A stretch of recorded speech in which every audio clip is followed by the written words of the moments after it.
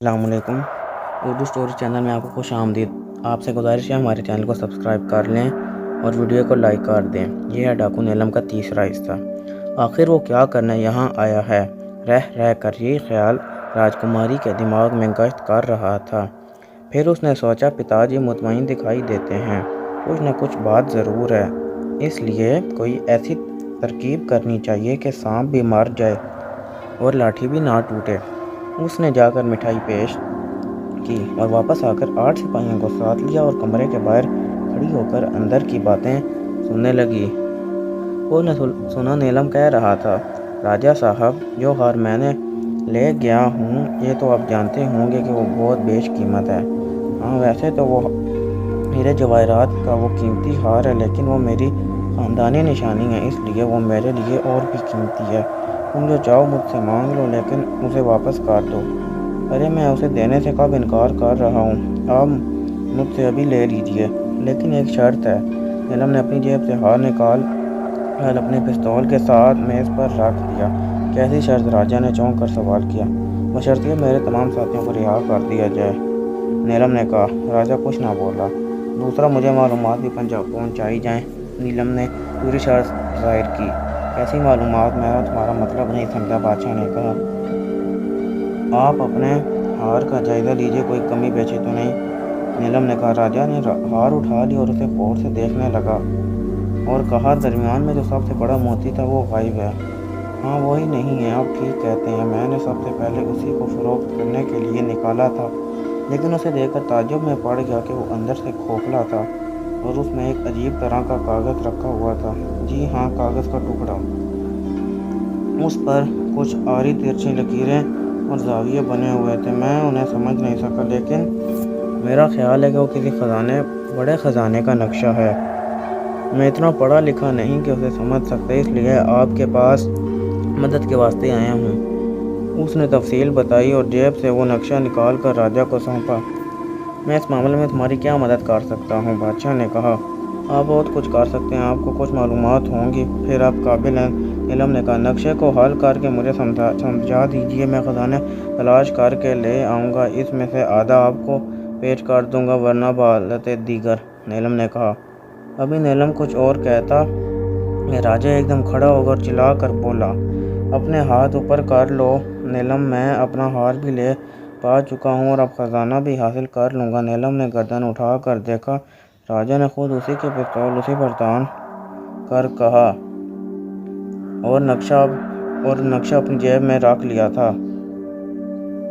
وہ سوچ بھی نہیں سکتا تھا کہ اس کے وہم و گمان میں بھی یہ بات نہیں تھی کہ راجہ ایسا بھی کر سکتا ہے اور اس میں اس قدر جرأت بھی پیدا ہو سکتی ہے۔ اس نے اپنے ہاتھ اوپر کر کے کہا، میں آپ سے دوستانہ ماحول میں گفتگو کرنے آیا تھا، لیکن آپ گھر آئے ہوئے مہمان کی توہین کر رہے ہیں۔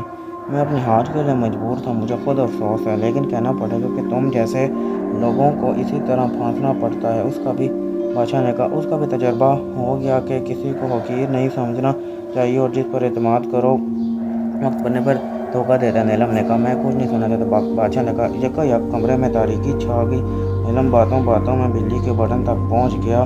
راجہ نے اندھیرے میں آنکھیں پھاڑ کر دیکھنے کی ناکام کوشش کی، پھر اس نے بغیر سوچے سمجھے 3 فائر کر دیے اور 3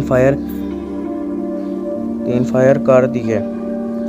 نیلم نے اپنا بھرپور گھونسا راجہ رسید کر دیا۔ فائر کی آواز سن کر کمرے میں کوئی داخل ہوا، لیکن تب تک نیلم کھڑکی سے چھلانگ مار کر اندھیرے میں روپوش ہو چکا تھا۔ ایک خفیہ کمرے میں چھوٹی سی میز رکھی ہوئی ہے، آمنے سامنے کرسیوں پر راجہ اور منتری بیٹھے ہوئے ہیں، میز پر نیلم سے حاصل ہوا نقشہ ہے۔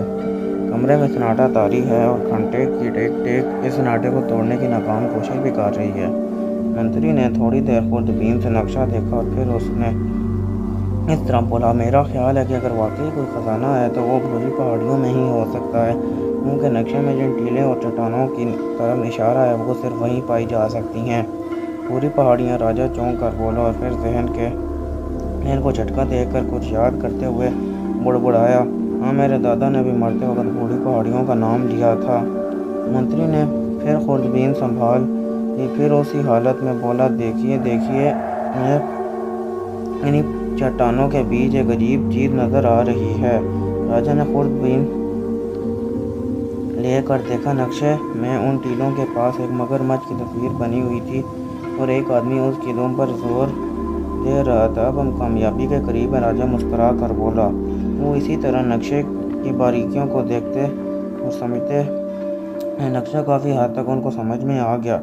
تب منتری نے مسرت بھرے لہجے میں بولا، حضور، تو پھر خزانے کی کھوج کی جائے۔ نقشہ تو آسان ہے لیکن راہ میں کچھ خطرات ہو سکتے ہیں۔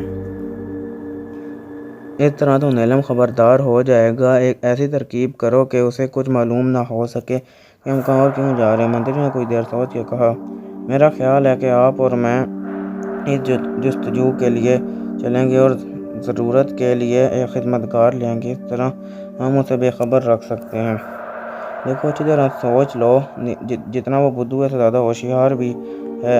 اس رات تو میں اس کی بہادری اور ہوشیاری کا قائل ہو گیا تھا کہ کس طرح اس نے مجھے دھوکہ دے دیا۔ آپ اسے اتنی اہمیت کیوں دے رہے ہیں؟ اسے ہوا بھی نہ لگنے پائے گی دربار میں، وہ ہماری عدم موجودگی پر شک نہیں کرے گا۔ اس کا اندازہ بھی نہیں ہو سکے گا کہ آپ دربار۔ اس کا بندوبست یہ ہو سکتا ہے کہ آپ دربار میں اعلان کروا دیجئے کہ میں چند روز کے لیے منتری کے ساتھ ریاست کا شمالی حصہ دیکھنے جا رہا ہوں، اور اس دوران حکومت کے انتظامی امور سپہ سالار کے ہاتھ میں راجکماری کی رضامندی سے ہوں گے۔ اس میں شبہ کی گنجائش نہیں ہوگی۔ اگر نیلم کو پتہ چل بھی گیا تو وہ شمالی شمال کی جانب چلا جائے گا اور ہم جنوب کی جانب جا رہے ہوں گے۔ بہت خوب، ٹھیک ہے، تو پھر آج ٹھیک 5ویں روز ہم تمام انتظام کے ساتھ محل کے چور دروازے سے رات کے وقت نکل پڑیں گے۔ راجا کے چہرے پر گہری مسکراہٹ تھی۔ اوہ، تو پھر اعلان میں یہ بھی کہا جانا ضروری ہوگا کہ ہم کسی وجہ سے چھپ کر جائیں گے۔ راجا، رات اندھیری ہے، تاریکی کی چادر چاروں طرف پھیلی ہوئی ہے، ہاتھ کو ہاتھ بھی دکھائی نہیں دے رہا۔ عالم تمام محو خواب ہے اور گہری خاموشی کا دور ہے۔ ایسے میں 5 گھوڑے جنگل کا سینہ چیرتے ہوئے جنوب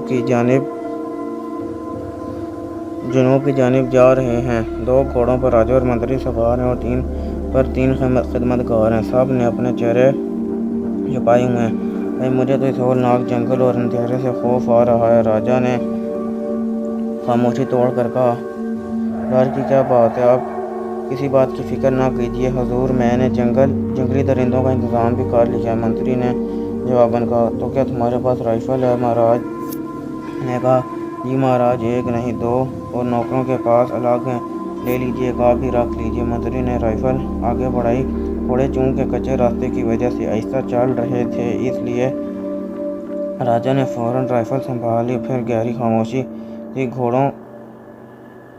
گھوڑوں کی ٹاپیں جنگل میں گونج کر خاموشی توڑ رہی تھیں۔ ٹپ ٹپ ٹپ۔ صبح ہوتے ہی وہ محل سے 15 میل دور آ گئے اور ایک خوبصورت پہاڑی چشمے کے قریب پہنچ گئے۔ اس کے ٹھنڈے پانی سے انہوں نے ہاتھ منہ دھویا، تھوڑا ناشتہ کیا اور تھوڑی دیر کے لیے گھوڑوں کو کھلا چھوڑ دیا۔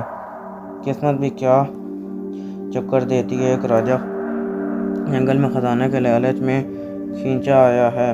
راجا نے کہا، اسے لالچ کیوں کہتے ہیں؟ آپ ہی کا تو خزانہ ہے، آپ کے پرکھوں کا ہے، اس پر آپ کا حق ہے، ذمہ داری بھی بنتی ہے کہ آپ اسے کھوجنے کی کوشش کریں۔ منتری نے راجا کو اطمینان دلایا۔ نوکر الگ محو گفتگو تھے، ان کی باتوں میں دلچسپی نہیں لے رہے تھے۔